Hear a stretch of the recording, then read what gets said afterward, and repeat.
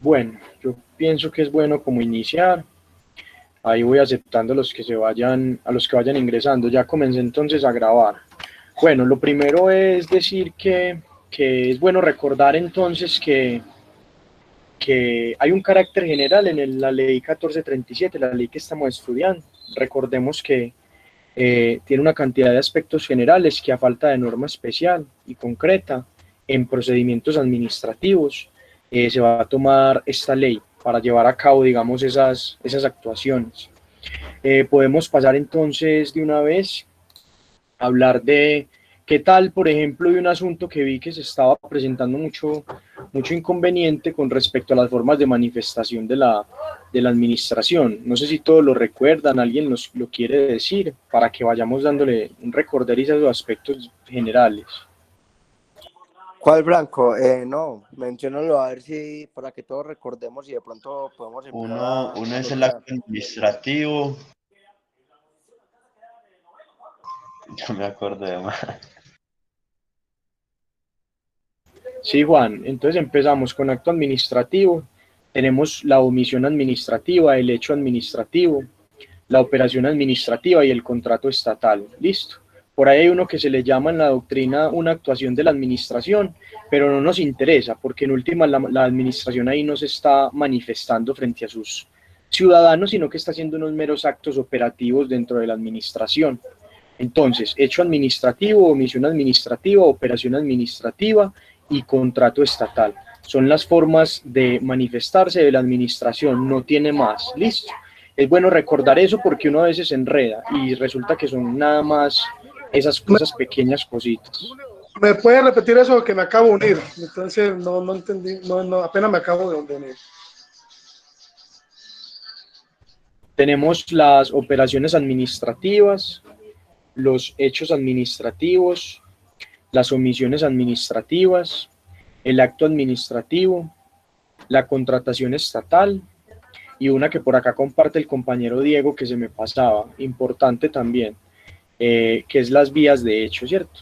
Esas extralimitaciones muchas veces en las funciones Blanco, de pero los... las vías de hecho no van dentro de los actos administrativos.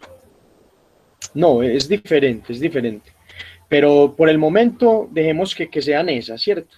El punto es que las tengan ahí para que cuando les pregunten sepan que son cosas pequeñas, que no les están de pronto pidiendo cosas muy grandes. Otra cosa, muchachos, recuerden que esto no está regulado en la ley. Esto es un asunto, digamos, dogmático del derecho administrativo. Por lo tanto, uno se puede quedar buscando en el código Sí, esas no, de hecho cositas. es facultativo del juez. Las vías de hecho son facultativas del juez. Bueno, entonces esas son las formas de manifestación. Proseguimos entonces.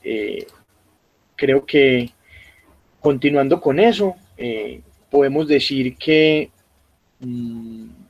busquemos pasemos a otro asunto, siguiendo un orden acá cronológico. Recordemos que el artículo 10 del código de esta ley, de este CEPACA, establece como los primeros 1437 del 2011, establece como en el artículo 10 esa mera enunciación que más adelante será la extensión por jurisprudencia. Listo. Entonces, sigamos el recuento. El deber de comunicar las actuaciones administrativas a terceros, artículo 37, muchachos. Siempre que la administración considere que hay un tercero que se puede afectar con un acto administrativo y siempre que tenga el conocimiento y el correo electrónico de ese tercero, tiene que buscar la forma de hacerlo notificar de que se está presentando un acto que lo puede perjudicar. Yo creo que de ahí podemos saltar a los recursos, ¿cierto? Ya pues Franco, esos y artículos... demasiado importante lo que acabas de mencionar, porque muchas veces la gente no cree, pero por falta de notificación se tumban muchos procesos, se tumban demasiados procesos. Hay demasiadas nulidades por eso, por no saber notificar, y la notificación es supremamente importante. Saber dónde vive la persona, saber cómo notificar, porque le pueden notificar de varias maneras, por aviso, notificación personal. Entonces son varias las maneras y es súper importante ese punto, muy bacano. Buenas noches, compañeros, ¿cómo están? Hola, Hola, ¿cómo muy estás? bien. Hola, buenas noches, Diana.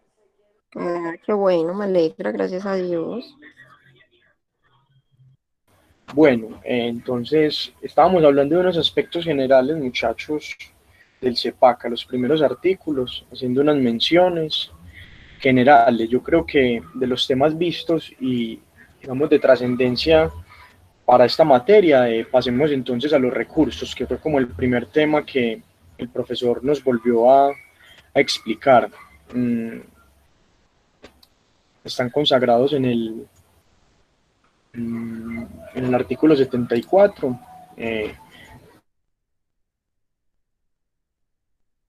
Son los que vamos a hablar en este momento. Todavía no hemos visto los extraordinarios. Tenemos entonces el de reposición, apelación y queja, listo.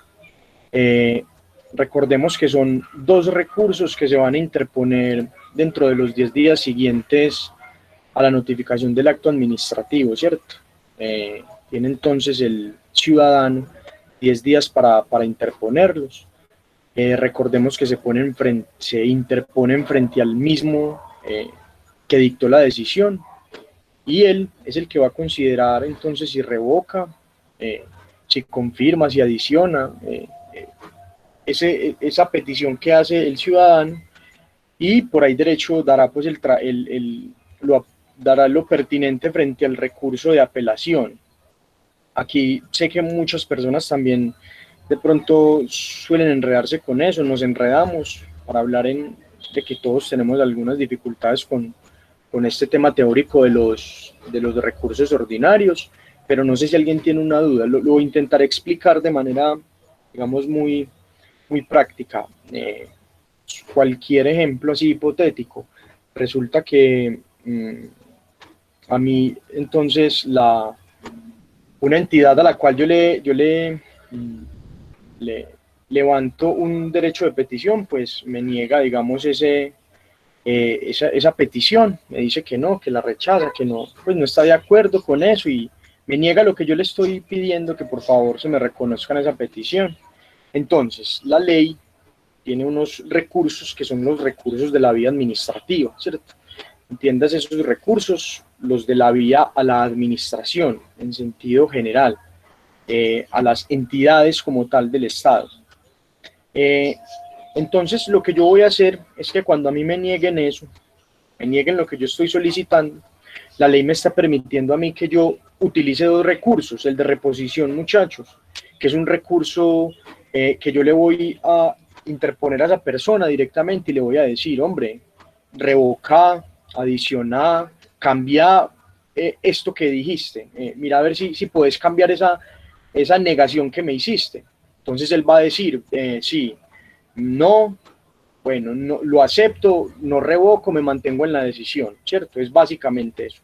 Y frente a él mismo, yo le voy a decir, siempre que en la respuesta que él me dé, me diga, vea, le caben los recursos de ley, el de reposición y apelación, o me puede decir contra este recurso solamente cabe el recurso de reposición, una suposición, ¿cierto? Él puede decir eso. Entonces, pongámoslo en general, casi siempre los recursos de ley lo van a permitir, entonces dice, notifiques este acto y le caben los siguientes recursos de ley. Entonces, cuando interponemos el de reposición, de una vez vamos a interponer el de apelación. Recordemos la famosa frase, interpongo recurso de reposición y en subsidio apelación, ¿cierto? Entonces él va a decir, no, me mantengo en la decisión, no revoco. O sea, ese primer recursito de reposición dijo que no, pero tiene el de apelación y dice, listo, te lo concedo. Y lo pasa al superior jerárquico de él. Supongamos que en ese caso era el alcalde o el representante legal de la entidad, es el superior jerárquico de ese funcionario que a mí me dijo que no me aceptaba el derecho de petición o no me daba lo que estaba solicitando ahí. Entonces es básicamente eso, ¿cierto? Los dos recursos los interpongo frente al que me negó, lo peticionado, si me niega el de apelación, por ejemplo, llega y me dice, no, tampoco, no revoco y tampoco te valgo el de apelación. Entonces ahí yo ya hago uso del recurso de queja, listo. Sí, para acceder a la jurisdicción contenciosa es obligatorio el de apelación, Juan, para acudir a la jurisdicción contenciosa. Recuerda que una cosa es la vía contenciosa y otra cosa es la vía administrativa. Acá estamos todavía en la vía administrativa, pero lo que dices es cierto. Importante ese punto, recordemos que siempre el requisito de procedibilidad, ¿se acuerdan por allá el artículo que habla de unos requisitos previos para demandar? Hay unos que dicen el agotamiento de la vía administrativa o lo que primero se llamaba la vía gubernativa. Y es que interpongas el de apelación, pero ojo muchachos, siempre... 161, Julio. Por ahí está, sí, ya eso ustedes lo miran, pero son unos, los que están ahí como 5, que son, digamos, muy específicos, que está la caducidad, la capacidad para ser parte, agotar los recursos de la vía administrativa. Esos son como 4 o 5, ¿cierto? Que no son para todas las acciones, eso ya después el profesor lo explicará. Pero entonces por el momento que quede claro eso, listo. Entonces el de apelación es necesario, pero muchachos, es importante esto, que es un poquito de lógica común. Si a mí la entidad o esa persona que me recibió la petición, ese funcionario me dice, no caben solamente ahí procede el recurso de reposición, listo muchachos, yo lo pongo si quiero o no porque es facultativo, ¿cierto? Como no me permitió, el de queja también es facultativo, correcto, es opcional, pero digamos que como no me permitió el de apelación porque llegó y me dijo solamente contra esta decisión te valgo reposición, el que me está permitiendo ahí que yo ya no interponga el recurso de apelación, yo ya no lo puedo poner porque a mí me lo negaron. Eso es un poquito de sentido común, ¿cierto? Porque si a mí me está diciendo la entidad, no, es que no te valgo el de apelación, solamente procede el de reposición, que era lo que yo en algún momento hablé con el profe. Digamos que yo ahí ya me puedo saltar esa vía, claro, porque yo puedo mostrar de que la notificación que se me envió, me dijeron que solamente procedía el de reposición, y con eso yo ya agoto, digamos, esa vía administrativa, porque no me están dando la posibilidad de apelar la decisión.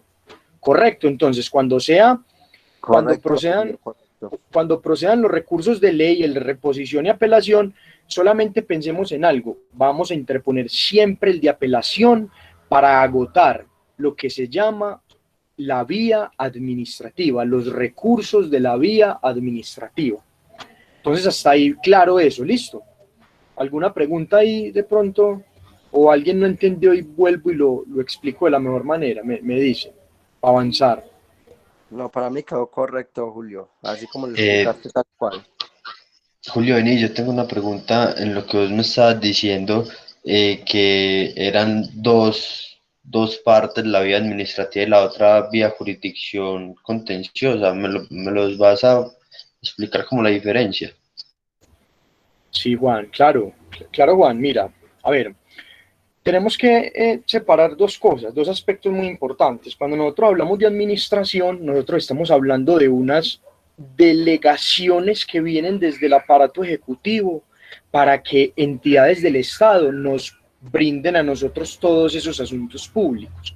Entonces ahí hablamos de los municipios, ahí hablamos del departamento, todas esas entidades, ¿cierto? Las empresas sociales del Estado, todas esas entidades que son públicas, que tienen el 50% de participación de recursos del Estado, ¿cierto? Esa es la administración en sentido general.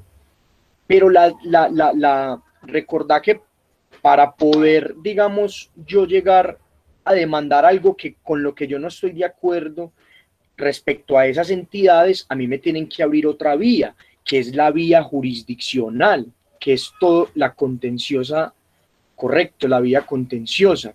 Entonces, la gran diferencia es la siguiente, muy sencilla. La vía administrativa es esa general, donde, por ejemplo, la entidad a mí o la EPS me niega tal cosa, yo le repongo reposición si quiero, le meto apelación, y cuando no me reconozcan lo que estoy diciendo, ya eso me abre la vía jurisdiccional, que ya es lo que vamos a hablar de jueces. Ya vamos a ir a buscar los jueces, pero ves, es diferente. Entonces, vía administrativa, esas entidades, esos municipios, esos departamentos, esa nación a la que yo me dirijo y le digo, ¿me das esto, por favor? No, no te lo doy, le pongo los recursos, esos son los recursos administrativos. Listo, agoté el de apelación, ese es el que me abre la posibilidad de pasar a la vía jurisdiccional, a la contenciosa administrativa, que ya es judicial. ¿Sí ves? Una es judicial, la otra es administrativa. Julio, y cabe recordar lo que nos preguntó el profesor dentro del taller pasado, que fue sobre la conciliación. Acuérdate que hay procesos que tienen su requisito de procedibilidad frente a la conciliación antes de enfrentar un proceso. Ese es como lo que yo quería decirte. Julio, una preguntita, ¿es judicial o jurisdiccional? No es que me confundo ahí, eso por un lado. Y lo otro sería entonces uno accede a esa después de hacer todo el proceso de la vía administrativa, o sea, ya cuando hace, en este caso, agota pues la apelación, que es el obligatorio, ¿cierto? Sí, Juan, correcto. No, esa diferencia no la tienes que hacer porque esos son sinónimos. Es que la jurisdicción es todo el aparataje. Lo judicial es lo que hace parte de la jurisdicción. O sea, las decisiones que se toman en la jurisdicción son judiciales porque las toman jueces. ¿Ves? Es eso. Ya, listo, sí. La jurisdicción está hecha de jueces con potestades, magistrados con potestades, ¿cierto? Con los poderes que nos enseñaron en teoría general No, del es proceso. que la jurisdicción va, o sea, usted tiene que mirar en qué va. Si es un tema administrativo, si es un tema netamente del Estado, si va agarrado de lo judicial, ya usted sabe que la jurisdicción va a ser el administrativo y por ende va a decir un juez, pero si las decisiones siempre van a ser netamente judiciales de un juez administrativo.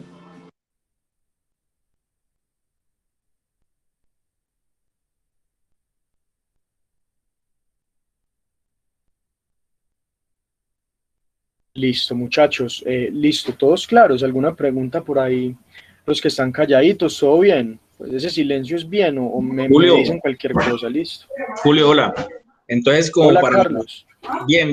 Julio, entonces, si cuando a mí me dice, por un ejemplo, una S, me dice que solamente existe el recurso de reposición, inmediatamente, si no estoy conforme, me voy y activo el aparato jurisdiccional. Sí, claro, Carlos, porque mira que, digamos, o sea, la ley te está diciendo, sí, agota el de apelación, pero mira que la entidad es la que te va a dar la posibilidad de los recursos. Recuerda que en la notificación debe decir, o sea, inclusive una de las motivaciones del acto administrativo como elemento sustancial del mismo es que la entidad te diga, Carlos, contra esta decisión proceden los recursos de ley, o Carlos, solamente el de reposición, ¿cierto?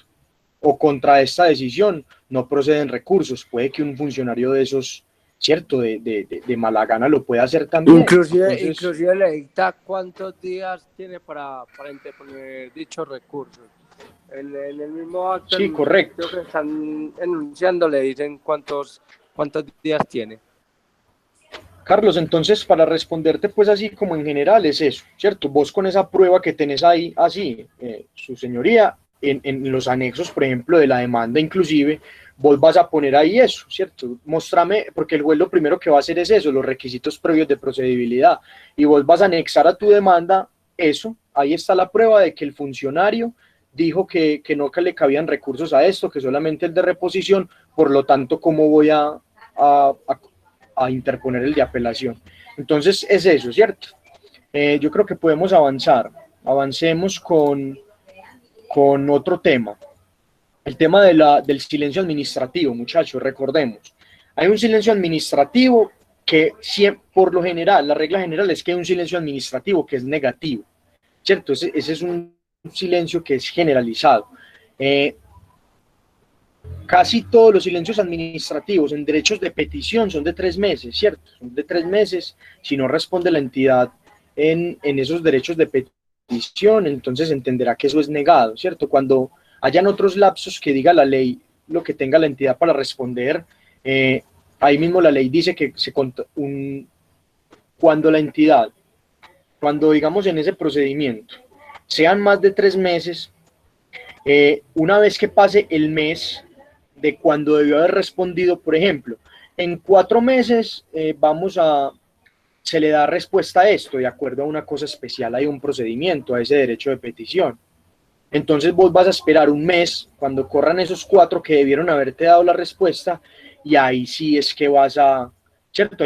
Ahí sí es que vas a utilizar ese silencio administrativo negativo como una forma de que te negaron lo que estabas pidiendo, ¿cierto? Para que se vuelva, digamos, un silencio administrativo. El silencio administrativo positivo, muchachos, es el que diga expresamente la ley, ¿cierto? Hay unos procedimientos que son muy específicos y te va a decir, vea, si la entidad no te responde, entiéndase que esto es positivo, o sea, que lo que estás pidiendo te lo tienen que dar, pero eso lo tiene que decir la ley expresamente en cada procedimiento, ¿cierto? Entonces es Julio, bueno dejar eso claro. cabe aclarar que esos que tú estás mencionando, que son los derechos administrativos positivos, se dan casi siempre en los derechos de petición que uno le hace a la administración, derechos de petición a catastros, derecho de petición hacia, por ejemplo, sector educación en Medellín. En esos sentidos se dan los silencios administrativos positivos. Y sí, se demoran más o menos entre 15 y 30 días más o menos en dar respuesta. Si no se dan respuesta en esos días, se da por silencio administrativo positivo. Hay varios, Andrés, hay varios procedimientos que lo permiten. Sí, Por ejemplo, sí, lo que acabo de mencionar es por mencionarlos, o sea, por decir algunos. Pero sí, obvio, pero sí, Andrés. No nos podemos detener ahí, pues eso ya cada uno que haga el análisis pues propio, porque digamos que no nos daría el tiempo, sería muy bueno hablar de eso, pero sí, muy valioso pues lo que decís, cada uno que busque entonces cuáles son esos específicos. Porque cabe resaltarlos pues de que lo tengan en cuenta, pero sí, obvio, lo que tú dices, no nos podemos detener ahí, es por mencionarlo nomás. Sí, bueno, hay otro silencio administrativo negativo, muchachos, y es el de los recursos, ¿cierto? Yo interpongo los recursos y pasan 2 meses sin que la administración a mí me diga nada, se entienden negados, ¿cierto? Se entienden siempre negados los recursos, siempre que la ley no lo diga expresamente al revés. O sea, ¿puede haber un silencio administrativo en un recurso? Sí, muy difícil también, pero que la ley expresamente lo diga, muchacho. Por regla general, eso es negativo. Yo pongo el recurso, la entidad no me dio respuesta en 2 meses, yo entiendo que me está negando esos recursos. Listo, los recursos que yo interpuse. Bueno, pasemos entonces ahora a la firmeza de los actos administrativos. Aquí es bueno hacer una detención. Vámonos al primer numeral. Entonces, la administración te notifica a vos el acto administrativo, ¿sí o qué? La firmeza de ese acto administrativo en el numeral 1 es el siguiente. Cuando contra ellos no proceda ningún recurso desde el día siguiente al de su notificación, comunicación o publicación, según el caso, ¿cierto? Entonces, me notifican el acto administrativo y yo no interpongo recursos. No procede ningún recurso. Por ejemplo, que le contaba yo ahorita a Carlos. A mí el funcionario me dijo, contra esta decisión no proceden recursos, lo puede decir. En ese caso, desde el día siguiente empiece a contar el término para usted poder hablar de que hay firmeza del acto administrativo. O sea, a partir del día siguiente de esa negación de recursos, empieza a cobrar firmeza el acto administrativo. El segundo inciso dice que desde el día siguiente a la publicación, comunicación o notificación de la decisión sobre los recursos interpuestos. Entonces, sencillo, la administración me comunicó hoy a mí el acto administrativo que me negó esto que estaba pidiendo. Y me dijo, contra esto recaben los recursos de ley. Entonces, tengo 10 días. Y en esos 10 días puse los recursos y la administración tiene 10 días para respondérmelos. Cuando pasen esos días, cobra firmeza el acto administrativo, ¿cierto? Cuando me los decidan. cobra firmeza el acto administrativo, o cuando ellos hagan el silencio sobre los mismos, que no digan nada, ¿cierto? Pero es, digamos, cuando me notifican que los recursos, sobre los recursos que yo interpuse, el de reposición y apelación, básicamente eso es pues para ser como un poco más generales.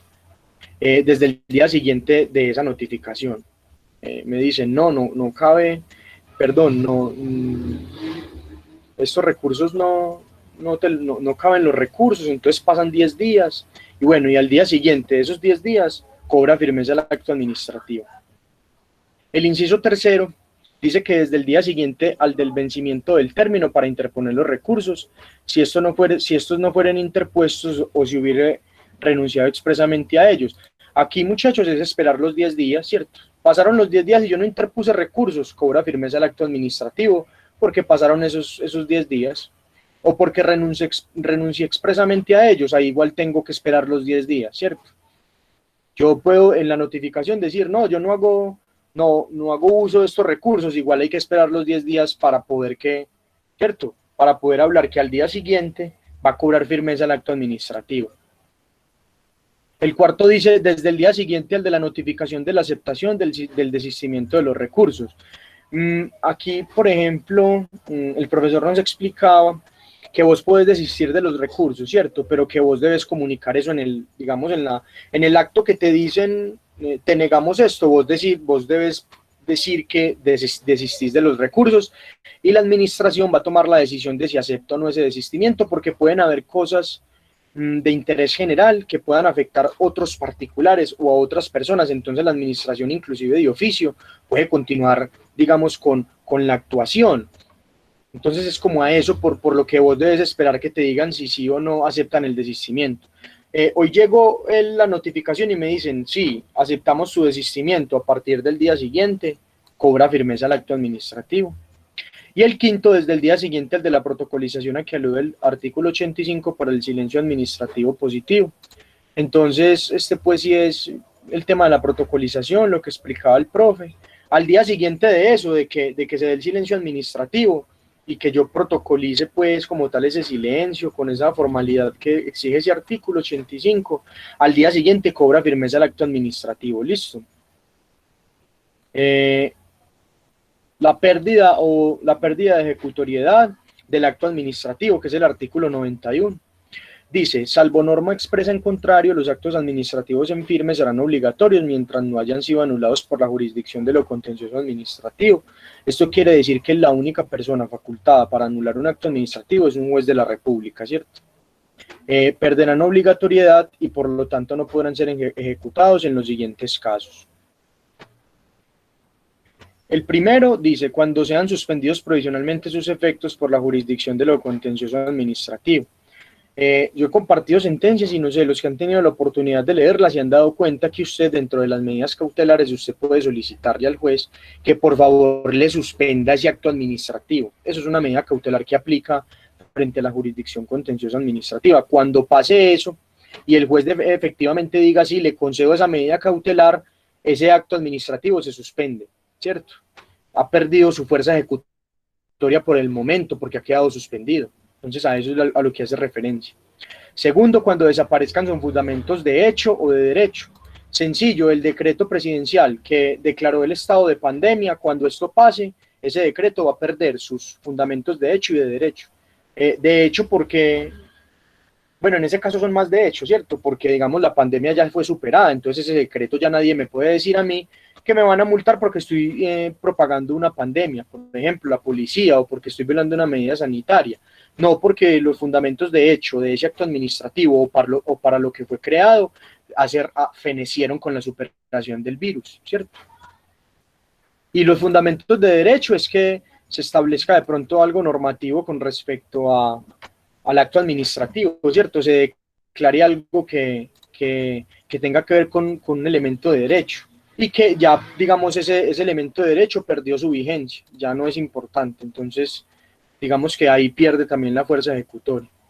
Cuando al cabo de 5 años, el tercero, de estar en firme, la autoridad no ha realizado los actos que le corresponden para ejecutarlos. Entonces la administración saca un acto administrativo cualquiera pero digamos, por ejemplo, efectúes el cobro no sé, del impuesto en las casas en Medellín, y ese acto administrativo lo sacaron, pero ese acto administrativo nunca lo ejecutaron, y pasa ahí la administración un tiempo, llega la otra, y ya cuando lo va a ejecutar, pasaron 5 años, ha perdido fuerza ejecutoria ese acto administrativo, ¿cierto? Ya no lo pueden ejecutar. El cuarto dice cuando se cumpla la condición resolutoria que se encuentra sometido el acto. Pues sí, o sea, lo mismo, los elementos de hecho también del mismo acto. Este acto administrativo regirá a partir de tal momento hasta tal fecha. Esa condición resolutoria ya se cumplió, que era en el futuro, ya pasó eso que se preveía, entonces ha perdido fuerza ejecutoria. Ese acto administrativo no lo pueden ejecutar.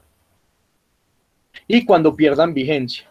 Entonces esos son como los aspectos de la pérdida de ejecutoriedad del acto administrativo, ¿cierto? No los puede ejecutar la administración, so pena de inclusive ¿cierto? Hasta una misma, un mismo accionar frente a la jurisdicción contenciosa administrativa o a la misma administración, diciéndoles que en base al artículo de esta ley, ese ha perdido fuerza ejecutoria por esto y estos hechos. Entonces, se presta pues para el debate cuando la administración hace uso de actos administrativos que han perdido su fuerza ejecutoria. Muchachos, yo creo que aquí es bueno pasar al artículo 103. Pasemos al artículo 103 para que hablemos ya de la jurisdicción contencioso administrativa. Antes de continuar, ¿alguno tiene una dudita? ¿Cómo le parece? ¿Estamos yendo bien? ¿Qué proponen? Voy más despacio, díganme cómo procedemos, muchachos. Yo considero que vamos bien, Julio, gracias. Va muy bien la explicación. Yo creo que, pues así como en las palabras suyas, uno queda como más conforme, porque muchas veces el profesor como que dice lo que está ahí, por ejemplo, en el código y todo eso, en cambio así está mucho mejor. Totalmente de acuerdo con Juliana. Sí, súper bien, compañero. Muy buena la explicación. Listo, para la compañera Ginette Yuleni, ¿cuál artículo es de la pérdida de ejecutoriedad de los actos administrativos, Ginette? Sí, compañero. 91. Muchas gracias. Bueno. Entonces pasemos pues a la jurisdicción contenciosa administrativa. Este es muy interesante pues porque, cierto, estamos en procesal, aquí es muy bueno focalizarnos en esto. Se supone que los profesores anteriores nos tenían que dejar duchos en la parte general, pues estamos en la CUA, eso es una utopía, cierto. Entonces toca pues focalizarnos en procesal, que es a conocer toda la parte de la jurisdicción, porque a esa jurisdicción es a la que nosotros mañana vamos a ir a rogar que se nos restablezcan unos derechos, que se nos reparen unos perjuicios a los clientes que vamos a llevar en este camino pues de la profesión. Pasemos entonces al artículo 103, muchachos, si quieren lo ponen allá. Voy a compartir pantalla inclusive, ¿les parece bien? Sí. Para yo ir ahí de pronto como explicándoles.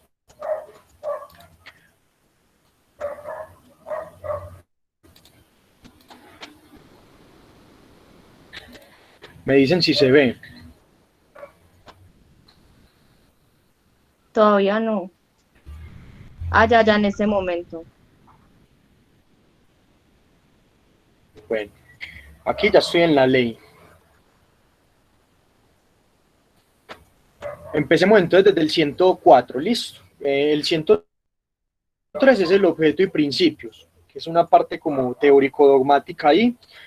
¿Cuáles son los principios y el objeto de la jurisdicción? Los principios, sabemos que hay como 13 por allá en el artículo 3, si no estoy mal, empezando el CEPACA.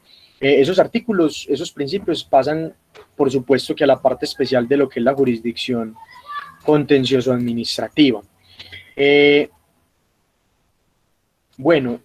¿Cuáles son las cosas que conoce la jurisdicción de lo contencioso administrativo, muchachos? Que esto también lo vimos como con el profesor, ¿cierto?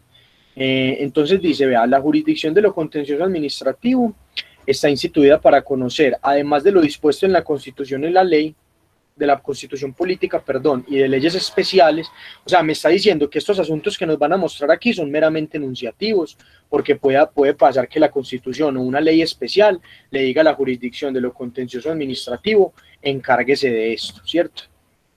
Entonces va a conocer de las controversias y litigios originados en actos, contratos, hechos, omisiones y operaciones sujetos al derecho administrativo en los que estén involucradas las entidades públicas o los particulares cuando ejerzan función administrativa. Igualmente conocerá de los siguientes procesos. Entonces, aquí hay unos procesos que nos están estableciendo de manera general y aquí hay otros también. Entonces, la jurisdicción contenciosa administrativa conoce de mucha cosa, pues no en vano es tan amplia, ¿cierto? Y está, digamos, direccionada a resolver los asuntos que se presentan entre entidades y particulares. Entonces, imagínate, ¿cierto? Tiene que tener muchas funciones, es apenas normal, apenas natural. Entonces dice, de los relativos a la responsabilidad extracontractual de cualquier entidad pública, cualquiera sea el régimen aplicable, ¿cierto? Entonces, cualquier entidad pública, muchachos, que mediante un hecho administrativo, una operación administrativa, genere una responsabilidad extracontractual en un particular, ¿quién es la competente? La jurisdicción contenciosa administrativa. ¿Por qué? Por el hecho de que hay una entidad pública metida en el asunto. O sea, que hay una entidad pública que hace parte del... Julio, qué pena te interrumpo un segundito. Sí. Porque acuérdate que la vez pasada en el taller, pues que tuvimos con el profesor, con el docente, hubo como una interrogativa frente al tema, del tema extracontractual, que no sabíamos bien si era o no era.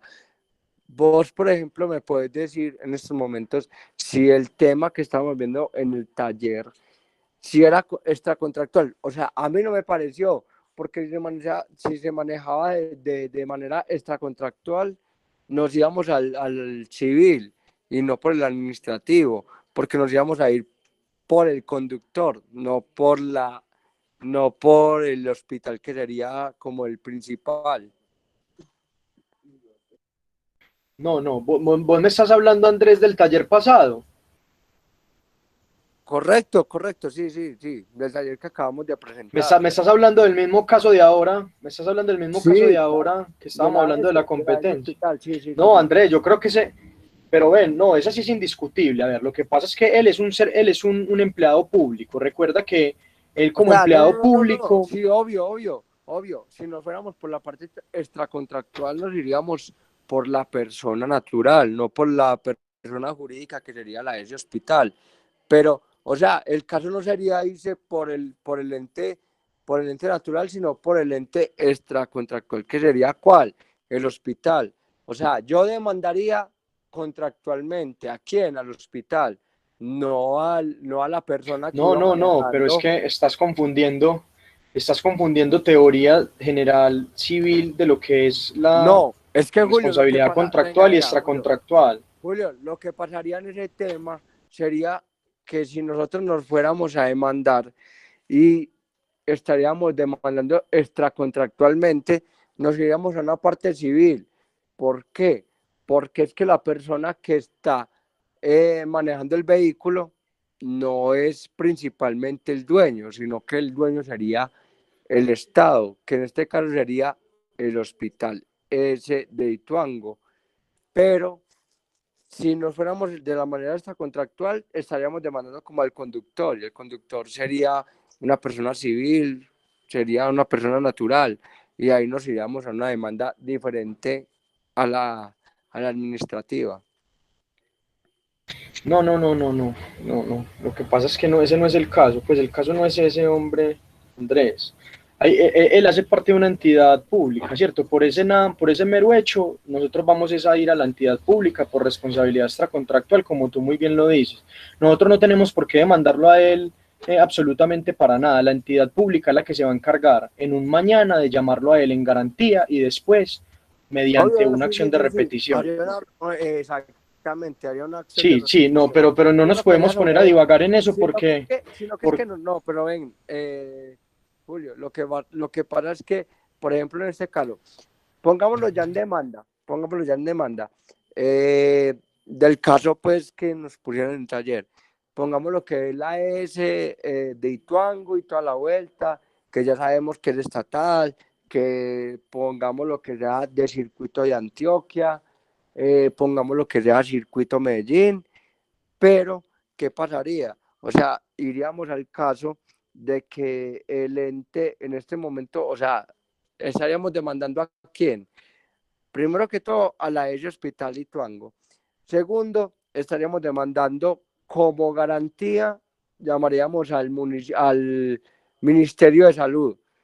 Y como último, ya si el ente, como tú lo dices, pues quiere llamar al que iba manejando, al conductor, lo llama en una responsabilidad, pues lo haría y haría una repetición sobre él, pero no es necesario, o sea, no, uno como abogado no lo haría, uno haría la reclamación frente al Ministerio de Salud, frente a la ese estatal que sería Ituango y ya, y en el municipio de Medellín. Ese sería el caso. Pues Andrés, no sé, o sea, pues sí, lo que pasa es que todo es un depende, ¿no? Pero yo creo que en el caso en concreto es muy evidente pues que aquí hay una responsabilidad estatal y que nosotros como abogados vamos a demandar a una entidad del Estado. El otro asunto pues, civil, creo que sí, pero pues no, no es como el caso, hombre. Creo pues que acá es muy claro. Creo que Julio, agradecerle a Andrés la intervención, pero creo que debe seguir con la dinámica que traes. No, sí, sí, obvio, es una demanda estatal, es que de eso no tiene duda nadie, es una demanda estatal, va frente al ministerio, va frente a la ese hospital, va ante Medellín, y inclusive, pues obviamente le tiene que demandar al departamento y al municipio, porque si tú no lo haces, pues obviamente vas a quedar como que, bueno, ¿usted qué está presentando, pero ante quién?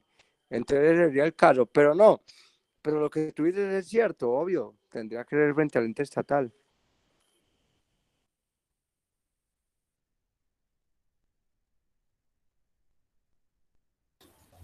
sí, bueno, continuemos acá con, bueno, conocen también de los relativos a los contratos, cualquiera sea su régimen, que haya una entidad del Estado, ¿cierto? Porque es que eso a nosotros nos va, digamos, a direccionar muy rápido de qué estamos hablando. Entonces dice, los relativos a los contratos, cualquiera sea su régimen, en los que sea parte de una entidad pública o un particular en ejercicio de funciones propias del Estado. Ya vimos eso también en general, que hay unos particulares a los cuales se les da unas funciones administrativas y que ellos también van a responder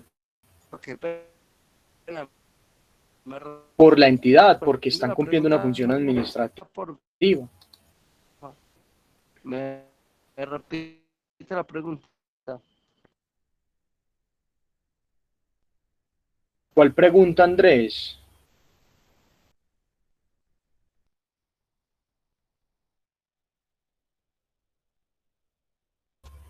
Muchachos, ¿me escuchan?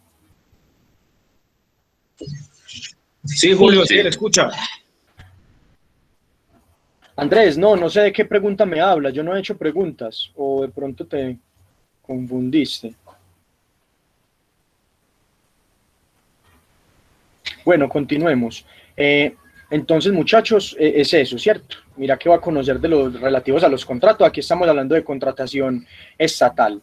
Los relativos a los contratos celebrados por cualquier entidad prestadora de servicios públicos domiciliarios en los cuales incluyan o hayan debido incluirse cláusulas exorbitantes. Esto también es puro asunto jurisprudencial. Yo tuve la oportunidad de leer una sentencia, muchachos, y me di cuenta de lo siguiente, y es que vea, los servicios públicos domiciliarios, para usted mirar cuándo debieron incluirse cláusulas exorbitantes o cuándo no, hay como una serie de procedimientos que dice la jurisdicción para usted saber si sí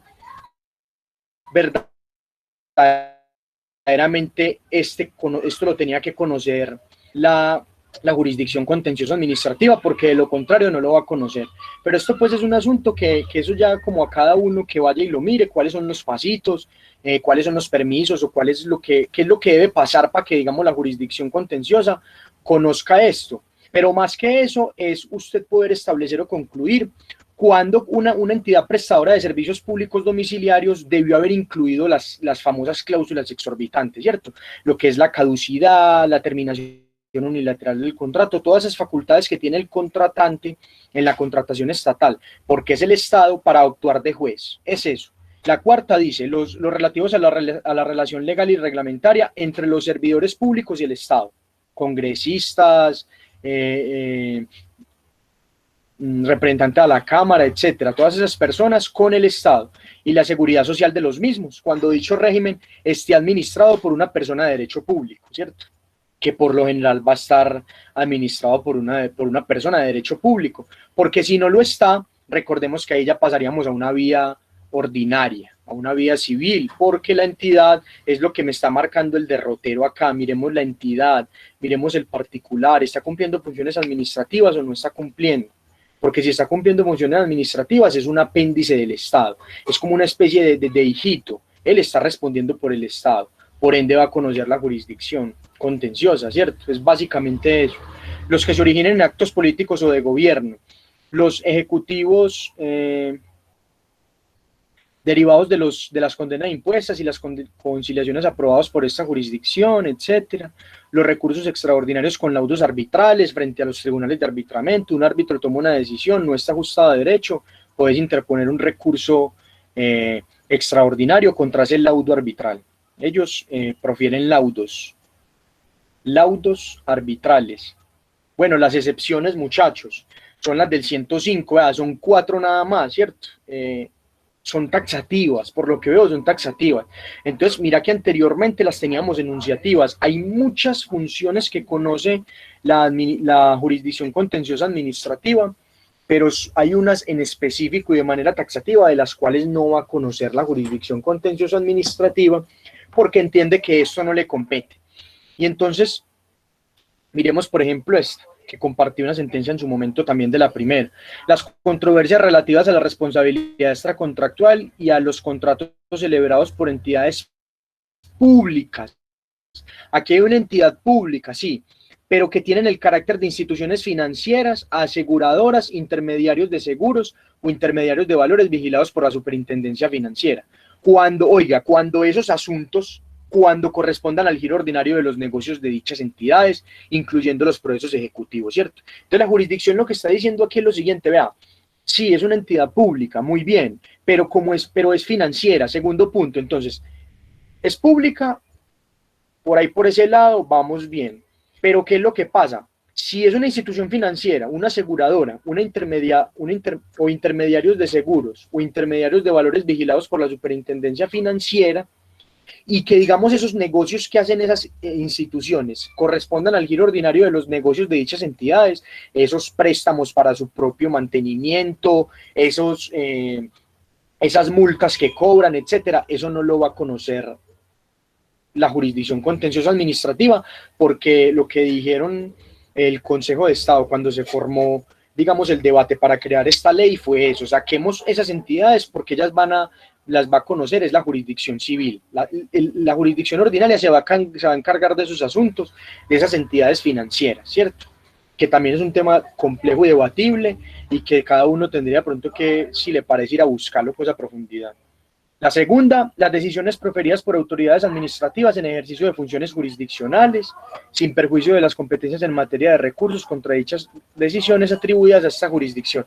Entonces hay una serie de autoridades administrativas que ejercen como unas funciones jurisdiccionales, que hacen como de juez, las embisten como de juez, tampoco conoce la jurisdicción contenciosa, con unas pequeñas excepciones que no podemos tampoco sentarnos a mirarlas una por una. La tercera, que son las decisiones proferidas en juicios de policía, regulados especialmente por la ley. Oiga, juicios de policía, lo mismo. Hay veces que los policías se facultan como en una especie de jueces, los facultan como con unos poderes para que ellos tomen unas decisiones. Eso tampoco lo va a conocer la jurisdicción contenciosa administrativa. Eso tendrá sus repercusiones por allá en la vía penal, en la vía ordinaria civil, etcétera. Y cuarto, los conflictos de carácter laboral surgidos entre las entidades públicas y sus trabajadores oficiales. Recordemos que el Código Procesal del Trabajo también esto está correlacionado con él. En las competencias de la jurisdicción laboral se dijo que vea todas las cosas de carácter laboral, porque hay un contrato laboral de por medio, ¿cierto? Entre entidades públicas, o sean privadas, o sea cualquier entidad. Eso lo va a conocer la jurisdicción laboral, porque hay un contrato laboral, porque hay una relación laboral que está hecha mediante y materializada mediante un contrato laboral. Esa fue más o menos la explicación a grandes rasgos de por qué no iba a conocer la jurisdicción contenciosa administrativa. Bueno, la integración de la jurisdicción contenciosa administrativa, recordemos que como máximo órgano, muchachos, tenemos el Consejo de Estado, es el órgano de cierre. 31 magistrados lo componen y todos ellos se reparten una serie de tareas, ¿cierto? Y a su vez hay unas salas del Consejo de Estado, ¿cierto? Esas salas son, por ahí lo vimos, son 5 salas, ¿cierto? El Consejo de Estado tiene 5 salas para repartirse en una cantidad de funciones que más adelante vamos a mirar por encima, o sea, las atribuciones de competencia que le dan al Consejo de Estado. Ellos van a conocer de una cantidad de cosas y por eso 31 magistrados se van a repartir en esas 5 salas, ¿cierto? Y dentro de esas 5 salas tenemos la segunda sala, que es muy importante, la sala de lo contencioso administrativo. Esta sala tiene unas secciones, o sea, tiene dentro de la sala unas secciones, y son 5 secciones. Entonces recordemos, Consejo de Estado, 31 magistrados, tenemos 5 salas, una sala plena, sala de lo contencioso administrativo, sala de consulta civil, sala de gobierno, sala disciplinaria. Esas son las 5 salas. Y la segunda, que es la que nos importa, digamos, pues en este sentido, nos importa porque tiene unas secciones. La pastilla la presión. La tiene aquí. La tiene aquí. Bueno, continúo. Entonces, recapitulo, tiene el Consejo de Estado 5 salas, muchachos. La segunda sala, que es de lo contencioso administrativo, tiene a su vez 5 secciones. La sección primera, segunda, tercera, cuarta y quinta. Y cada una de esas secciones tiene unas subsecciones a su vez, ¿cierto? Entonces es sencillo, es como decir, acá arriba, en la parte alta, hay un Consejo de Estado y ese Consejo de Estado, dentro de, digamos, esa mansión en la que vive, tiene 5 piezas, 5 salas, ¿sí o qué? 5 cuartos grandísimos. Y dentro de esos 5 cuartos grandísimos tiene también como una especie de camitas, esas son las secciones de cada uno de esos cuartos. O sea, tiene 5 cuartos la mansión Consejo de Estado. Y la segunda sala, que es la sala de lo contencioso administrativo, usted se va a meter ahí a ese cuarto y se va a dar cuenta que tiene 5 secciones, llamémoslo 5 camitas, y que esas 5 camitas a su vez tienen otras subsecciones, tienen otras camas ahí, o sea, en términos generales, lo que nos importa acá es saber que está compuesto de 5 salas y que la segunda sala, que es de lo contencioso administrativo, tiene subsecciones y secciones, tiene unas salas, unas secciones y unas subsecciones, ¿cierto? Y que ustedes en la sentencia, siempre que van a leer una sentencia, arriba le dicen, vea, es la sección tal, de la sala tal, listo, claro ese punto ahí, muchachos.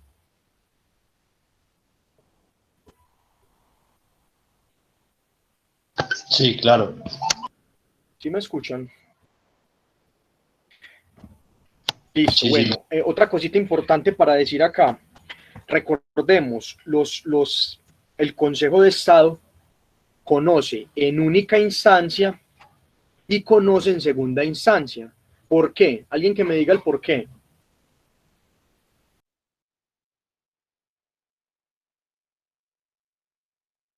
Ey, repetime por favor, ¿cómo es?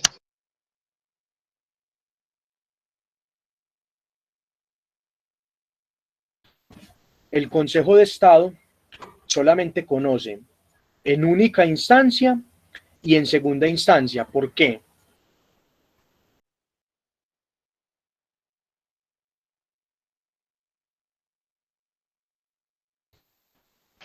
En segunda Sí, instancia, correcto lo que cuando se dice hace la Diego. apelación, y en única instancia en ciertos procesos que no me acuerdo cuáles son, creo que son referidos en cuanto a contrataciones, como la presidencia, vicepresidencia. Creo que es así, no me acuerdo. Sí, Juan, lo que dice Juan y Diego es verdad. Entonces hay dos explicaciones. La primera es que, bueno, el Consejo de Estado va a conocer en única instancia porque hay unos asuntos que son como de una naturaleza especial que se los van a dar al Consejo de Estado. Y también porque como no tiene un superior jerárquico, no puede conocer en primera, porque si conoce en primera quiere decir que hay una segunda oportunidad. Y como él es el máximo tribunal, ¿quién le va a conocer las decisiones del Consejo de Estado? Claro ese punto, ¿sí o qué? ¿Me lo repite, Julio, por favor? Carlos, vea, el Consejo de Estado, como máximo órgano de cierre de la jurisdicción contencioso administrativa, recuerda lo que te habla de esa mansión, que es como la mamá de esta jurisdicción, la casa mater, eh, no tiene como otra de superior rango, vive arriba ya, en el mejor barrio de todos, no tiene nadie arriba que le tira los bananos y las cosas, vive muy bien porque es la última, es la que se va a encargar, hasta ya mejor dicho, llegan los litigios, todos los litigios que estamos viendo, esas cosas, eso que conoce la jurisdicción, ese es el máximo órgano. Entonces ellos van a conocer en única instancia porque la ley les va a decir, vea, de acuerdo a la naturaleza del asunto, conózcame estos procesos en única instancia, porque no tienen cuantía, ¿cierto? Básicamente eso es una explicación también, porque si tuviesen cuantía, muy jodido pues que no me permitan apelar esa decisión, pero no es esa pues la explicación básica. La básica es que como órgano de cierre no tiene un superior jerárquico que le responda a una apelación, entonces conoce en única instancia por la naturaleza del asunto y en segunda instancia porque va a conocer de las apelaciones a los tribunales, o sea, a su casa de abajo, a ese inferior que el que tiene.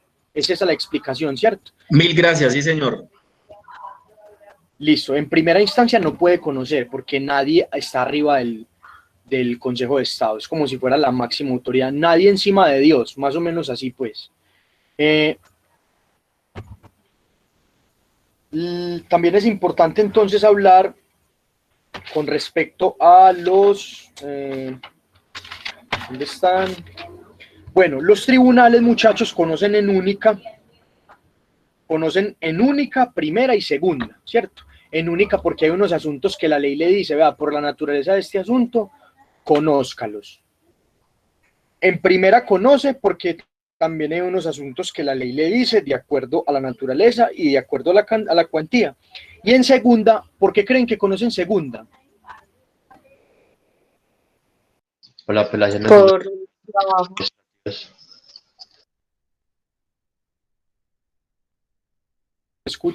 No escuché.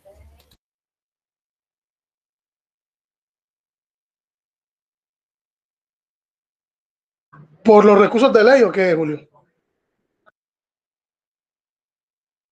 No, Julio, porque conocen de los casos que le apelan a los juicios, a los jueces del circuito. A los juzgados, sí. Eso sí, entonces, ojo, la precisión. Conocen en segunda instancia porque ellos van a conocer de los recursos de apelación que se interpongan frente a sus hijos, a sus inferiores, o sea, los juzgados administrativos, los circuitos. Van a conocer de las apelaciones que le hagan a ellos y de los actos que sean susceptibles de apelación también a los mismos juzgados administrativos.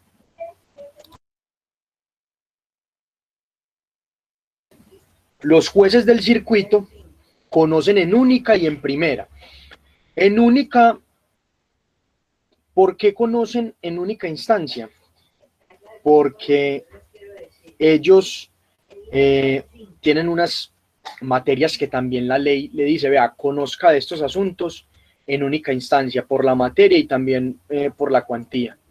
Y conocen en primera porque no hay nadie debajo de ellos, ¿cierto? Ellos no pueden conocer en segunda porque ellos son, digamos, el último escalón, por debajo de ellos no hay nadie. Entonces, no pueden conocer en segunda porque no hay a quien resolverle apelaciones. Como ellos son los de menor rango, ellos son los primeritos, entonces van a conocer en única instancia de unos procesos, y en primera, porque en segunda, ¿quién conoce? El tribunal. Correcto. Entonces, vamos a darle a esto un toque general. El Consejo de Estado, muchachos, no hay nadie por encima de él. ¿Quién hay por debajo del Consejo de Estado? Los tribunales. Correcto, los tribunales administrativos. Entonces eso quiere decir que... ¿Cómo, Andrés? No te escuché. ¿Qué fue? Depende, hágale. Eminencia. Que su eminencia, hágale. Eso es así. Juan, te repito que otra vez, bueno, vuelvo a recapitular. El Consejo de Estado no tiene nadie arriba. ¿Sí, qué? Es el máximo órgano. ¿Y allá cuál pasamos? Tribunal Administrativo, como dijo Diego. Entonces, una pregunta. A ver, alguien por ahí que me la diga. ¿Quién conoce de la segunda instancia del Tribunal Administrativo? Consejo de Estado. Consejo de Estado.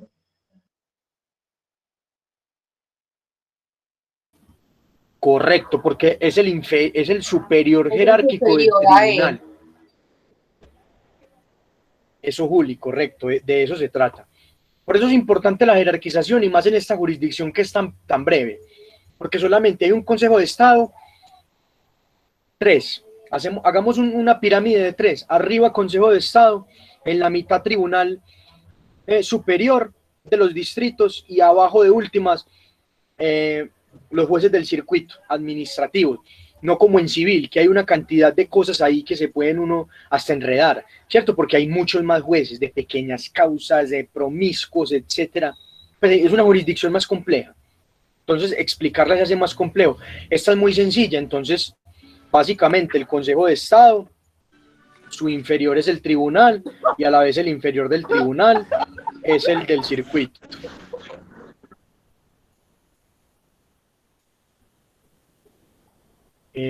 Bueno, a ver, ¿con qué podemos continuar? ¿A quién tiene por ahí de pronto alguna duda, muchachos? Que le repita alguna cosa, quiere que le quede claro qué con respecto a ese tema de la jurisdicción. Julio, de pronto si me regala el artículo donde se encuentran los elementos de la acción, por favor.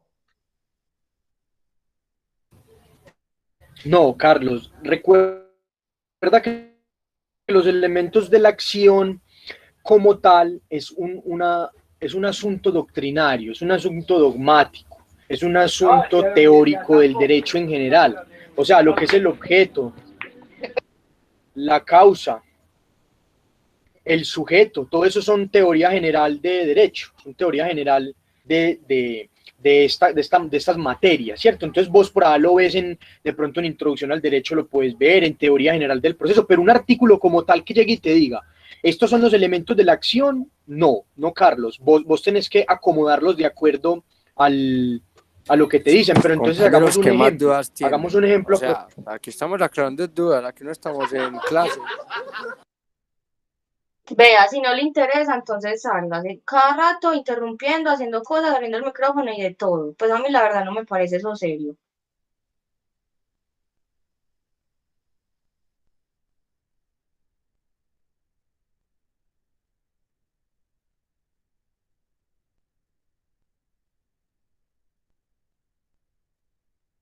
Estoy de acuerdo con la compañera. Yo también considero que apoyo a Juliana.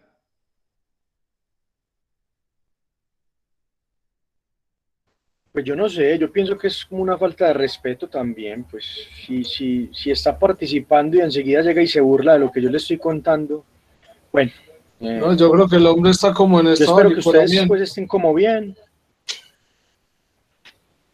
Sí, bueno, yo espero que sí les esté a ustedes, de pronto, si de pronto creen que si estoy dando una clase y que estoy siendo muy cansón, me dicen y me hacen alguna pregunta, muchachos, o si alguien quiere hablar, dale. Bienvenido pueda, muchachos, el que quiera participar. Me disculpan de pronto si estoy como hablando mucho. Pues, no, Julio, vamos muy bien. Antes, muchas gracias. Disculpa, no. Necesario, antes su tiempo y todo, antes eso era lo que necesitábamos. El que no esté cómodo, que se retire, que se salga y ya, simplemente. El que no quiere estar, no está. Nadie le estamos obligando. Julio, continúe. Sí, bueno, muchachos, entonces, bueno, hasta ahí ninguna pregunta, ¿cierto? Claro, eso de la jurisdicción. No. O si... Listo, Meli. ¿No qué? ¿No, ninguna pregunta o No, pues no no te quedó tengo claro? preguntas, está muy bien todo. Ah, bueno, sí, entonces yo pienso que aquí podemos pasar a qué, muchachos, a ver, o qué se me No, no, escapa. compañero, de igual forma usted está dando un tema muy interesante y al que no le guste, pues que se salga, pues si saben muy bien del tema, entonces que no, pues me parece una falta de seriedad y de respeto, pues con frente a usted.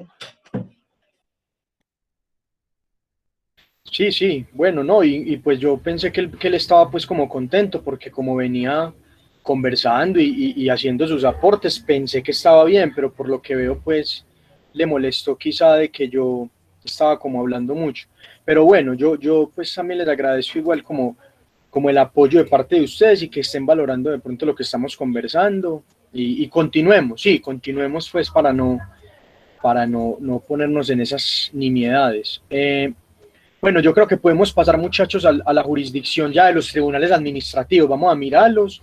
Ellos tienen una sala plena. Bueno, los jueces administrativos, ya hablamos de ellos. De pronto la competencia de cada uno de ellos son muchas, porque tienen muchas cosas cada uno que como que conocer, pero si quiere de pronto alguno de ustedes que quiera buscar más o menos desde el artículo 150 y algo como de la competencia, y que de pronto lo leamos, por ejemplo, la competencia por el territorio, la competencia por alguna de esas, por alguna como de esos asuntos de la competencia, si quiere que lo lea, yo voy aquí tomando agua y lo conversamos.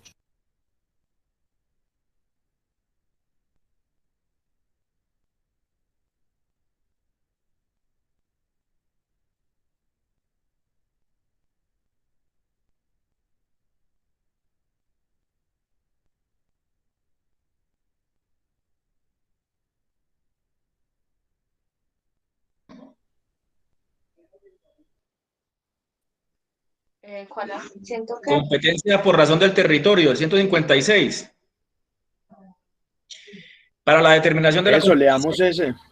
Para la determinación de la competencia por razón del territorio se observarán las siguientes reglas. Primero, en los de nulidad y en los que se promuevan contra los actos de certificación o registro por el lugar donde se expidió el acto. Segundo, en los de nulidad y restablecimiento se determinará por el lugar donde se expidió el acto o por el domicilio del demandante, siempre y cuando la entidad demandada tenga sede en dicho lugar.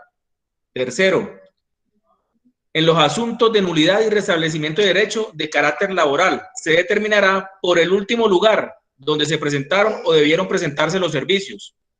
Cuando se trate de derechos pensionales, se determinará por el domicilio del demandante, siempre y cuando la entidad demandada tenga sede en dicho lugar. Cuarto, en los contractuales y en los ejecutivos originados en contratos estatales o en laudos arbitrales derivados de tales contratos, se determinará por el lugar donde se ejecutó o debió ejecutarse el contrato. Quinto, en los asuntos agrarios y en los demás relacionados con la expropiación, la extinción del derecho de dominio, la adjudicación de baldíos, la clarificación y el deslinde de la propiedad y otros asuntos similares relacionados directamente con un bien inmueble por el lugar de ubicación del bien.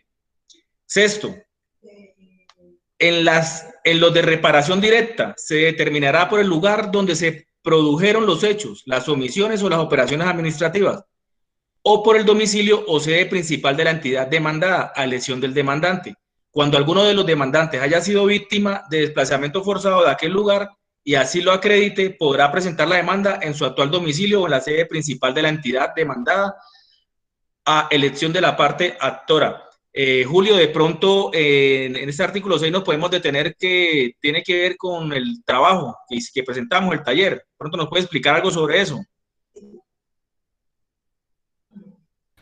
Sí, claro, Claro, Carlos, yo creo que llegamos a una conclusión, o yo en lo personal les expuse una conclusión ese día finalizando la clase, donde compartimos ideas, pues que era lo que ahorita también hablaba con el otro compañero que de pronto de manera como cerrada se metió en el punto de que solamente se presentaba frente a la jurisdicción en Medellín, o sea, que frente al circuito de Medellín era la única opción.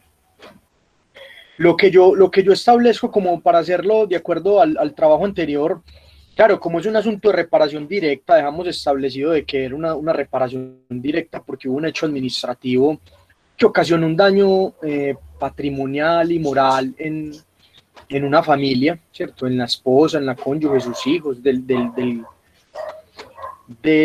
causante.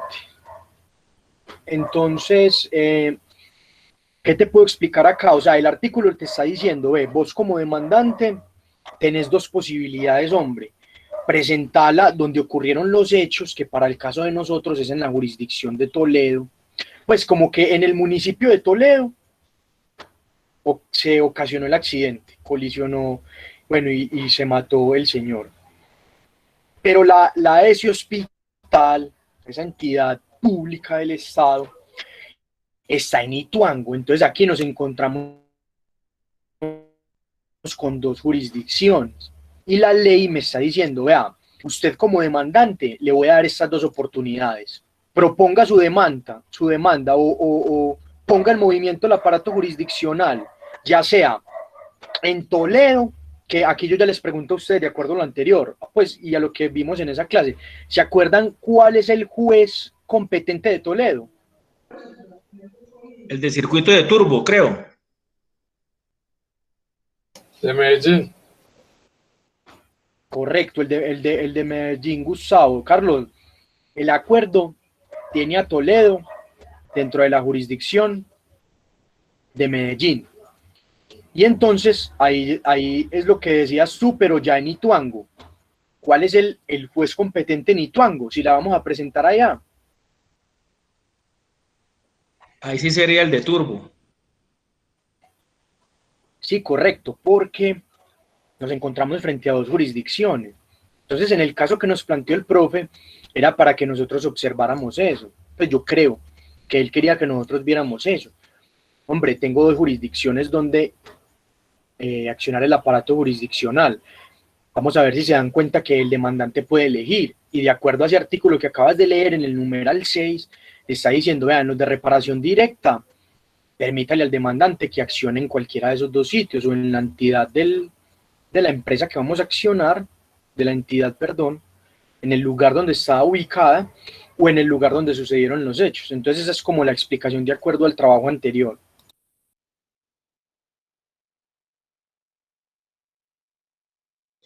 Ya, muy claro. Muchísimas gracias, Julio. Julio, ¿me recuerda el acuerdo, por favor? Carlos, yo no me acuerdo así de... Eso está en el grupo del WhatsApp, yo creo, todavía está ahí, si no estoy mal. Sí, Carlos, y si no, yo ahorita te lo reenvío, listo. Listo, gracias. Un acuerdo Tranquilo, pequeño. tranquilo, gracias. Pues,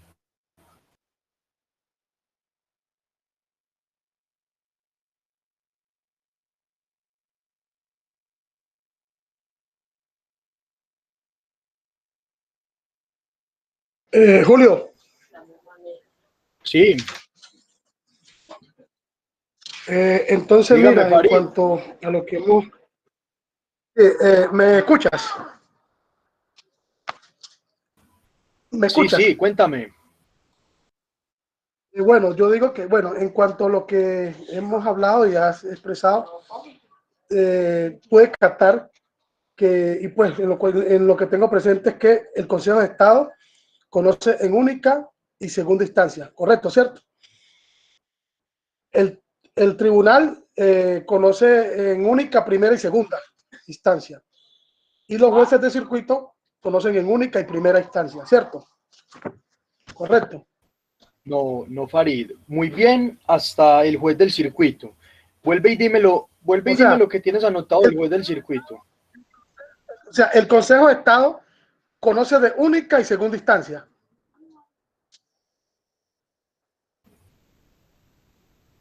Sí, señor, es que el Consejo de Estado y el tribunal lo tienes bien, pero el tribunal analiza el último, el del juez. El tribunal de única, primera y segunda, no. Eso es lo que en cuanto a lo que el Sí, profesor Farid, como te dije. Sí. Sí, como te dije, tienes bien el tribunal y el consejo, pero quiero que analices el juez del circuito. Los jueces del circuito no se hacen en única y primera, ¿no? Hey, Julio, usted le está diciendo que los tribunales conocen en única. Sí, porque el profesor puso eso en un expediente que él hizo, que colocó que el tribunal era de única, primera y segunda. Entonces, pues lo que tengo entendido yo es que los tribunales conocen en primera y segunda instancia, no en única. Diego, andate al artículo 151 del CEPAC, ahí está la respuesta que conocen en única, primera y segunda.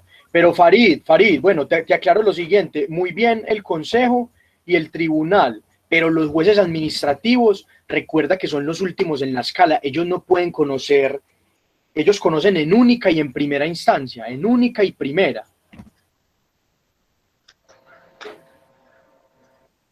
¿Así lo tienes? Es que por eso quería digamos, enfrentar esto, porque el profe en una de sus clases, de hecho yo tengo ahí unas capturas, había puesto eso que estamos hablando, que colocó como una cuestión como de un Excel, me parece, si te recuerdas, que habló sobre el Consejo de Estado, que tenía 31 magistrados, habló de la sala plena, de la sala de los contenciosos administrativos, sesiones de la sala segunda, ¿sí? Y también habló de la sala de consulta y de servicio civil, también de la sala de gobierno y de la sala disciplinaria, ¿correcto?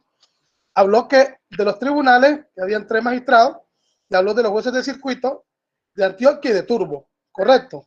O sea, de Medellín y de Turbo, que eran los 2 circuitos, ¿ya?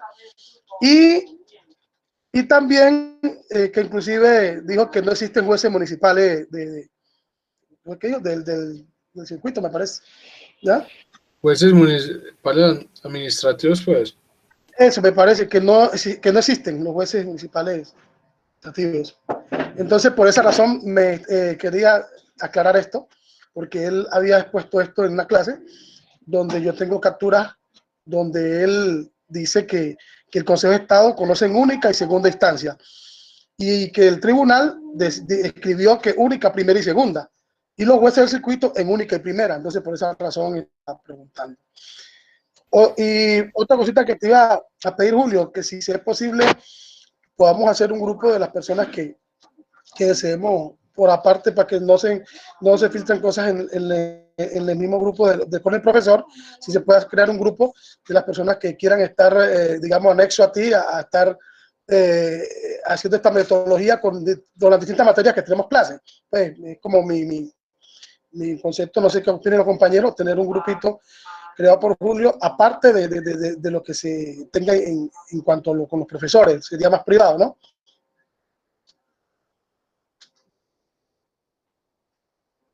Sí, Farid, bueno, lo que dices, en primer lugar, sí está bien, creo que todo lo que dijiste está bien, yo hice el recuento, pues me alegra que te haya quedado como claro eso y que lo tengas ahí anotado, pues, acorde a lo que el profe te dijo. Está bien, pues, todo lo que dijiste, está muy bien. Lo segundo es que no, nos podemos concretar en otro momento y compartimos también otro intercambio así de ideas, no hay necesidad de hacer el grupo, ¿me entiendes? Claro. Porque también a veces... Para las otras clases también, para el probatorio y las otras que tenemos por ahí. Hágale, yo me preparo, yo pues por lo general me preparo, entonces cuando esté preparadito en alguna de esas, yo les digo y nos sentamos a conversar, claro que sí, no me gusta pues como de pronto llegar como sin nada de contenido, la gracia es poder como hacer un buen diálogo. Entonces, continuemos. Agradezco de antemano por la disposición de tu tiempo, es muy importante. Listo, Farid, hermano, no, a usted muchas gracias, hombre. Bueno, muchachos, entonces, les quería decir algo con la competencia que es importante algo. Simplemente cuando ustedes vayan a mirar, por ejemplo, en el asunto de la reparación directa, en el asunto de la contratación estatal, o sea, en cualquiera de esos eventos ustedes van a mirar más o menos hasta cuándo asciende la cuantía, ¿cierto? Lo bueno del procedimiento administrativo y lo bueno de lo contencioso administrativo, que eso sí es un punto a favor, es que a vos acá no te están pidiendo que hagas la sumatoria de todas las pretensiones y que ese va a ser el factor cuantía, sino que te están diciendo que la mayor pretensión que vos veas, por esas que te vas a ir a la vía jurisdiccional contencioso administrativa. O sea, ahí es que vas a mirar la competencia del juez. Si me hago entender, recordemos, por ejemplo, que en civil, vos, por ejemplo, no tenés unas pretensiones. Por daños patrimoniales, estos. Por daños morales, estos. Por daños, etcétera, este monto, y entonces voy a coger el mayor monto de eso y de acuerdo a ese mayor monto de alguna de esas pretensiones, yo voy a la jurisdicción ordinaria. No, en la jurisdicción ordinaria le exigen a usted que usted debe sumar sus pretensiones para usted establecer la cuantía, cuando sean asuntos que ameriten cuantificar. Entonces, un dato importante acá es este, muchachos. Ustedes acá, para fijar la competencia en la jurisdicción contenciosa administrativa, para ustedes saber si se van frente a un juez administrativo, frente a un tribunal o frente al consejo, ustedes van a mirar la mayor, o sea, de todas sus pretensiones van a mirar cuál es la mayor de todas, ¿cierto? Por ejemplo, en daños patrimoniales, o sea, el daño emergente, una suposición, se me dio en 20 millones de pesos. El daño, el lucro cesante, yo lo calculo más o menos en 10. Y el daño moral, yo lo calculo en 100, porque eso es lo que me permite a mí la ley hoy y la jurisprudencia del Consejo de Estado, tirar hasta 100 salarios mínimos para que me reconozcan perjuicios morales. Entonces, ¿qué es lo que va a pasar ahí? ¿Cuál es la pretensión que vas a coger? La de los perjuicios morales. Y ahí es donde vas a mirar el juez al cual te vas a dirigir. ¿Quedó claro esa parte? ¿O qué, muchachos? Me volvés a repetir, qué pena, Julio, lo de los valores de la cuantía, lo último, lo de los 100 salarios, ¿cómo es? No, Juan, yo te estoy haciendo un caso hipotético. Lo que pasa es que ya el Consejo de Estado en varias oportunidades dejó una jurisprudencia sentada de que los daños morales se iban a reconocer hasta un tope máximo de 100 salarios mínimos mensuales legales vigentes por un asunto de la igualdad. Vaya usted a saber esa argumentación que dio, que porque una persona de muchos recursos eso no lo va a compensar para nada, pero que una persona de escasos recursos eso sí lo va a compensar, y tomaron una decisión ahí, le digo a usted, pero una cosa que no son sino tecnicismos para poner un máximo de 100 salarios. Como quien dice que eso es lo máximo que está reconociendo hoy la jurisdicción y que a usted le toca pelarse muy duro la piel para que le reconozcan hasta los 100. Con eso le digo pues todo, que es complejo y todo. Pero a lo que yo voy es que cuando vos vayas a mirar la competencia, o sea, cuando te vayas a parar a mirar, te llegue el caso, vea, lo que pasa es que yo tenía una casa que me regaló el Estado, no sé qué, en cierto sitio, y esa casa se vino el muro y me mató un hijo. Entonces usted dice, uy, un hecho administrativo, listo. Vamos a mirar la cuantía. ¿Hace cuánto fue? No, eso fue hace como un año, ¿cierto? Todavía estamos en el tiempo de la caducidad del medio de control. Listo. ¿Y cuánto crees más o menos? ¿Y cuánto tenés pruebas de los daños ocasionados? Sí, tanto. ¿Y usted ha sufrido mucho por su hijo? Sí. Entonces ahí vos te empezás a maquinar la cosa. Entonces vos decís, bueno, a esta señora, pongámosle que por esa casa le reconozcan 25, 30, 40 millones de pesos. Y por el lucro cesante que dejó de percibir porque la señora ahí vendía sus empanaditas, una suposición, pongamos que haya dejado de percibir en ese año 10 millones de pesos. Pero entonces vos decís, pero los perjuicios morales yo los tiro a 100. Entonces yo voy a tener esa cuantía. Pero estoy hablando de un caso muy hipotético y de unos valores muy pequeños, 10, 100, pero cuando son valores muy grandes, ¿cierto? Que son sumas muy cuantiosas, que pasan los 500 salarios mínimos, que vos decís, no, esto es una cosa por ahí de 2.000 millones de pesos, 3.000 en daño emergente, 2.000 en lucro cesante y los 100 de perjuicios morales. Vos vas a coger la pretensión mayor para poder ir al juez. ¿Me entendés? Aquí no te dicen que sumes todo para ir al juez, sino que te dicen, coge la pretensión mayor y andate para ya sea el tribunal administrativo o el juez del circuito.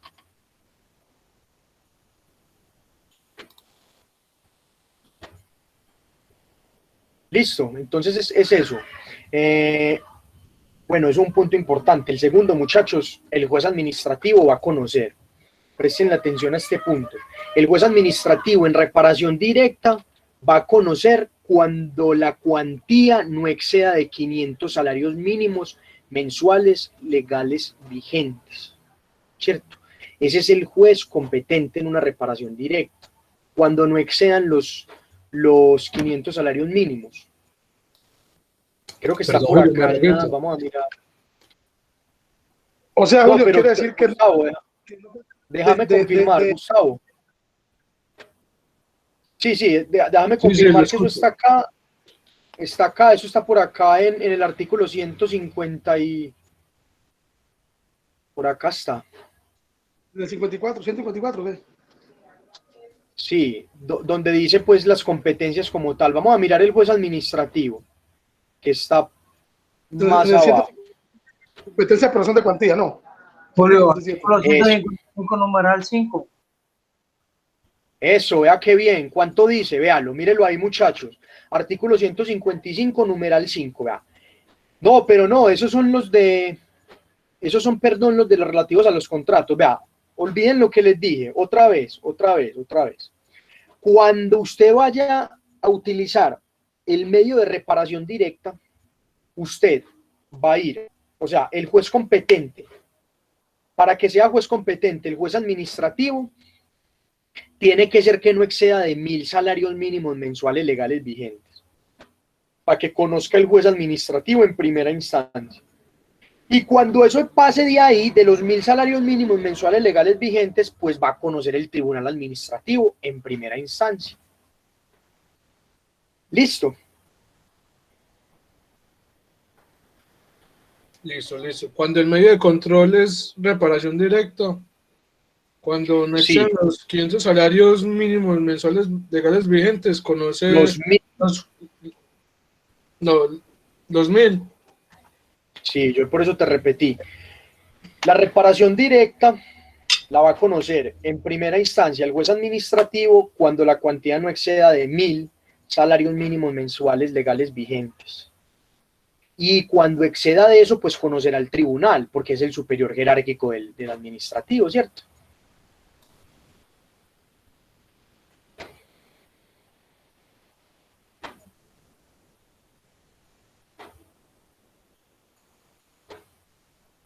Diego. Diego, qué pena, no me había dado cuenta.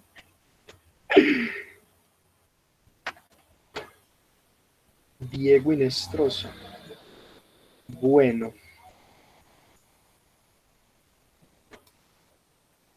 Listo, ¿me escuchan entonces? ¿Sí está claro lo que les acabo de decir? Sí, bien, Julio, bien. Sí, Julio, bien. Bueno, miren entonces el numeral 5, muchachos. Y mire pues, cuando sea por asuntos relativos a contratos, o sea, cuando sea por contratación estatal, muchachos, acuérdense que vamos a utilizar el medio de control, que ya ahorita pasamos a eso, de las controversias contractuales, cuando haya de por medio un contrato estatal, siempre que esté en la etapa contractual, ¿cierto? Y mire lo que dice, de los relativos a los contratos van a conocer los jueces administrativos, en primera instancia, cuando la cuantía no exceda de 500 salarios mínimos mensuales legales vigentes. ¿Listo? Listo. Y entonces ahí yo les pregunto, entonces cuando exceda de ahí, ¿quién conoce? El tribunal. Correcto, el tribunal, listo. Entonces eso, bueno, miremos otra ahí. O sea, aquí hay muchas competencias, muchachos, pero yo quiero es que miremos los de las cuantías, porque esos son como los más interesantes, ¿cierto? Los otros ya no son como por cuantía, sino por unas cosas como de naturaleza. Entonces vamos a dejar claro los de la cuantía. El otro, miren, conocen los jueces administrativos en primera instancia de los de nulidad y restablecimiento del derecho, ¿cierto? Cuya cuantía no exceda de 500 salarios mínimos mensuales legales vigentes.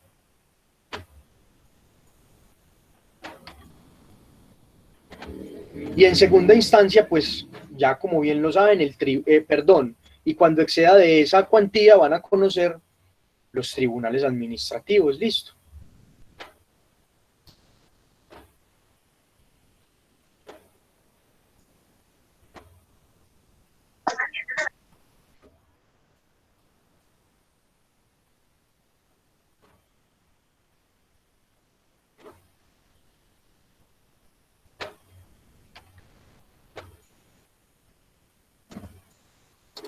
Bueno, continúo. Miren otro también interesante, vean. ¿Se acuerdan de la acción de repetición? Que es cuando el Estado es condenado porque un servidor público, un funcionario de su entidad, de una entidad pues del Estado, digamos, comete una imprudencia, comete un acto doloso, una culpa grave, y digamos el policía que acciona el arma en la calle, su arma de dotación, y que lo hace de manera pues podríamos decir dolosa o gravemente culposa, lo hace pues digamos con esas dos intenciones y condenan al Estado a pagar. Entonces el Estado paga la plata por la que fue condenado en el proceso por responsabilidad extracontractual, por un daño antijurídico, y cuando el Estado pague puede contra su servidor público ejercer lo que es la acción de repetición. Entonces, mire lo que dice abajo. Conocen los jueces administrativos en primera instancia de esas acciones de repetición cuando la cuantía no exceda de 500 salarios mínimos mensuales legales vigentes.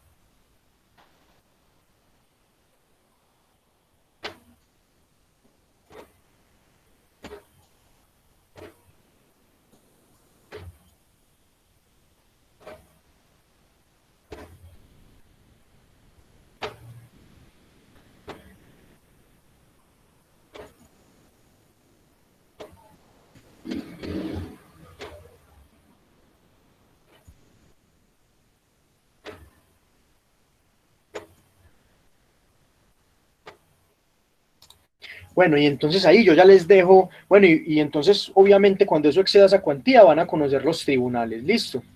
Entonces pasemos a otro tema, era ahí como para dejar desde pronto eso y que se animen ahí a leer esos artículos de la competencia y saquen esas otras cuantías que usted vean ahí, o como esas otras competencias como interesantes que vean ahí, porque son muchas, pero como las más interesantes, todo lo que sea cuantificable, pues es más interesante para hacer el paralelo, para uno decir, ve, por ejemplo, a uno le queda claro en este momento que, listo, cuando sea por reparación directa, si no pasa de 1000 salarios, pues administrativo, ¿sí o qué? Y si no, tribunal. Cuando sea por contratos, 500 salarios, pues administrativo, si no, tribunal. Y son cositas que a uno se le van grabando, al menos dos, eso es importante, porque después te vas a acordar como eso y es interesante y ya puedes ir a la ley y la vas a interpretar mejor. Entonces, yo creo que por ahí, por el lado de la competencia, podemos dejar. Bueno, pasemos ahora, por ahí ahorita, Ducuara me habló Ducuara, vos me hablaste de hablar un poquito de los requisitos de procedibilidad. Sí, Julio, es que con dudas en punto de la actividad, porque, o sea, en los documentos vienen requisitos muy diferentes a los que había visto antes, entonces hay que, con los que había, los documentos que había enviado el profesor.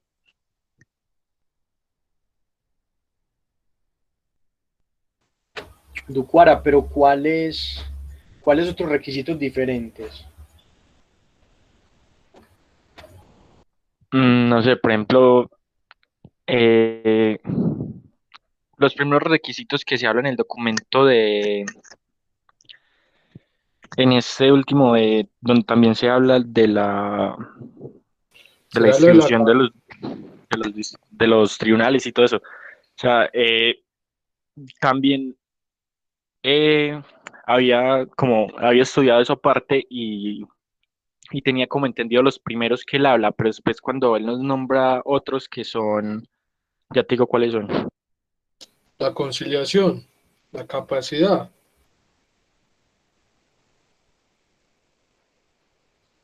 Y agotamiento de la edad gubernativa o la caducidad, ¿no son esos?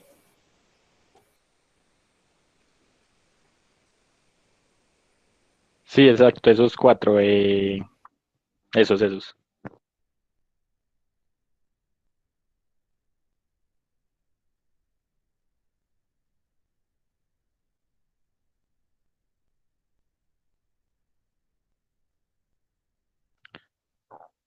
Que nos habla de la capacidad para ser parte, la impugnación administrativa o acotamiento de la vida gubernativa, la conciliación prejudicial y la no caducidad de la acción, que son los que establece que son los requisitos de procedibilidad en el documento.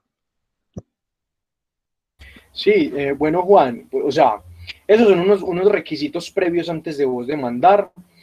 ¿Qué es lo que pasa con esos requisitos? Que esos requisitos son generales, ¿cierto? Digamos que son generales y a la vez son básicos, pero hay una serie de medios de control que yo no necesito para poder accionar, que yo no necesito alguno de esos requisitos para poder accionar la vía jurisdiccional, o sea, que no voy a necesitar esos requisitos previos para poder demandar. Sí, Meli, contame.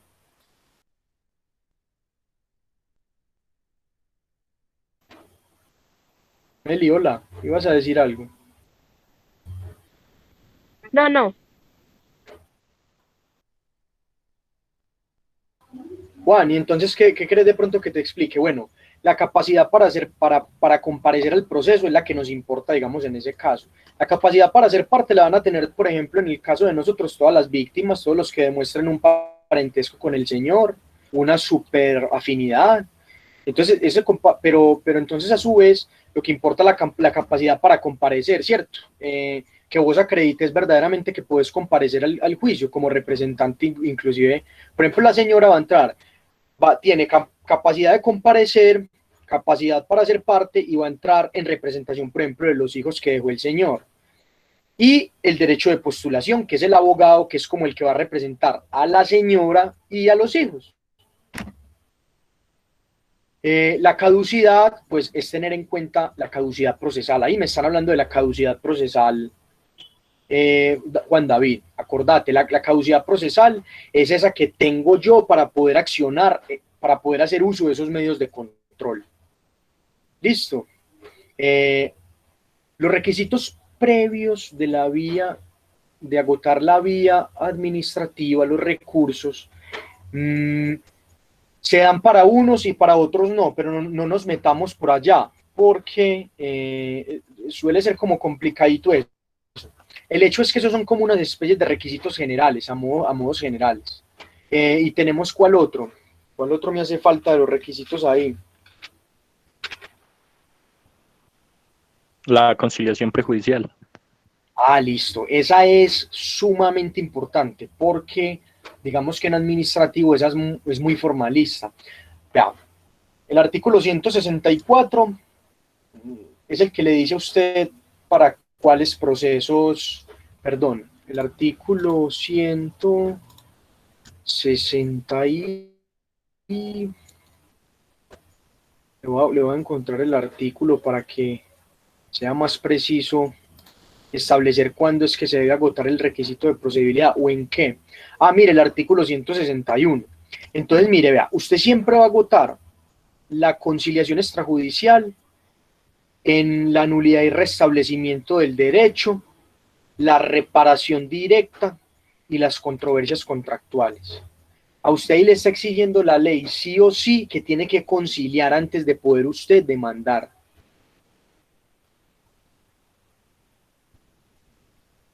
Por ejemplo, en la acción de repetición no es necesaria la conciliación extrajudicial, porque mira que es el Estado el que va a coger a un particular y le va a cobrar por algo que lo hizo pagar al Estado. Entonces, básicamente es eso, es que el requisito de procedibilidad llamado conciliación extrajudicial o prejudicial es necesario en la nulidad y restablecimiento del derecho, la reparación directa y las controversias contractuales. En esos tres asuntos vos te tenés que sentar a hablar con el comité de la entidad para que lleguen a un acuerdo con ese procurador. Acordate que aquí la conciliación única y exclusivamente se puede hacer frente a un procurador. Ninguna otra autoridad puede conciliar en materia administrativa. ¿Cuál otro requisito? Esos son el agotamiento de la vida gubernativa, el debido agotamiento de administrativa, sí, porque gubernativa ya no existe. Sí, Gustavo, correcto. Eso los acaba de mencionar, pues les estaba diciendo que habían una serie de procesos en que se exigía. Pero ahí a modo como de dato, por ejemplo, para la reparación directa, muchachos, ustedes no tienen que agotar la vía administrativa, no tienen que haber agotado ese requisito de procedibilidad, porque es que ahí no hay un acto de por medio, ahí hay una responsabilidad extracontractual. Usted se sienta a conciliar y después va y demanda, pero no tiene por qué. ¿A qué le va a interponer recurso o reposición? ¿A la moto que lo chocó o a la casa? O, ¿me entendés? O a la misma entidad, no tiene como sentido. Entonces es importante que tengan de pronto ese datico ahí. Lo otro sí, lo otro ya no más porque no conoce muy bien, no estoy ni siquiera muy seguro. De lo único que estoy completamente seguro es que en reparación directa vos no tenés que agotar este requisito previo de procedibilidad que se llama la vía administrativa.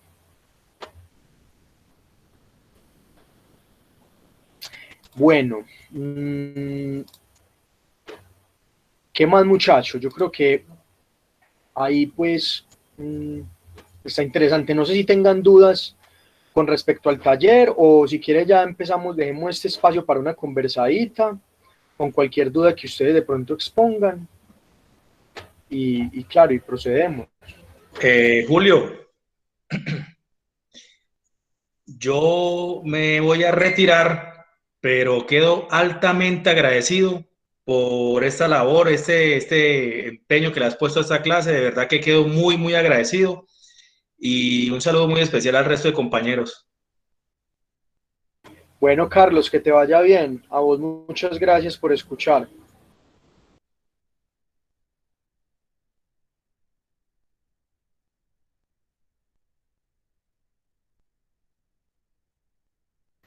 Don Fabio, ¿cómo está, hermano? ¿Alguna cosa que quieras decir, viejo Fabio? Te noto callado, hombre. Danos un poco de tu conocimiento, hombre.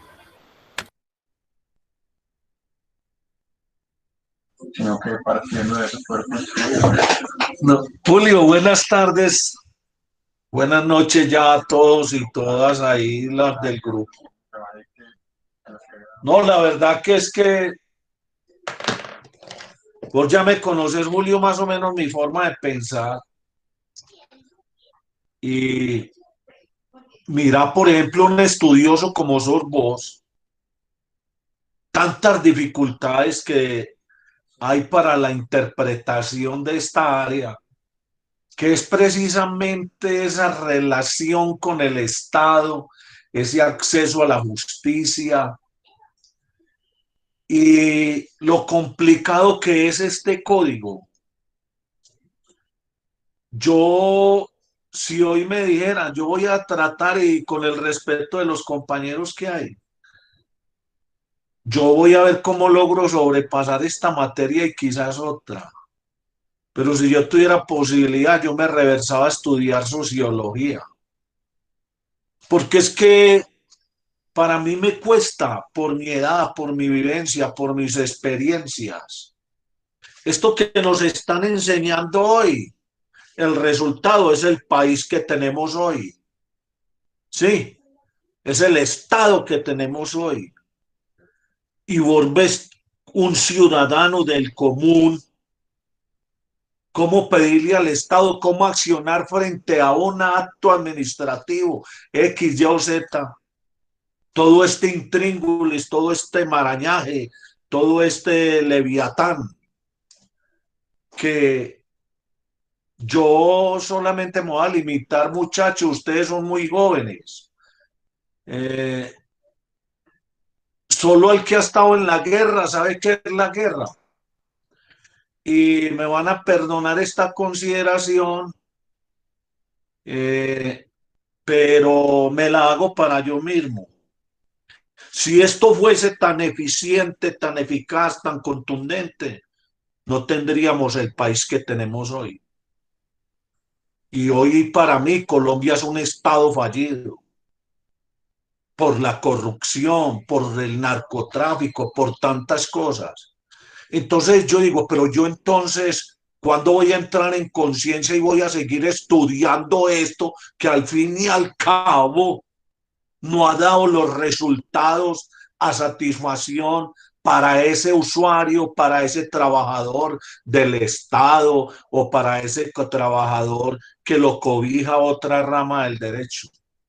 La verdad que mi pelea es de Fabio León Gallo Ramírez conmigo mismo, frente a lo que es la realidad, frente a las formas. Es que es increíble, por ejemplo, y lo dejo acá, el artículo 136 de la que nos habla de del acto de nulidad del electoral o esta vaina. Ese artículo 136 hoy, para mí es grande, majestuoso, como derecho positivo. Sí. El 139, perdón, Julio, ahí lo viste. Sí. Y si miramos hoy lo que nos está sucediendo con todos los actos que ha proferido este gobierno, cuando es un gobierno que se eligió a través de cosas ilegales, de comportamientos ilegales. Hombre, ¿cuál es el principal principio que tiene la fundamentación del derecho? La legalidad, el origen de legalidad. Y entonces nos siguen enseñando cosas sobre ilegalidad. También eso me mortifica, me duele y créeme pues que me veo, yo estudio porque me gusta estudiar, leer.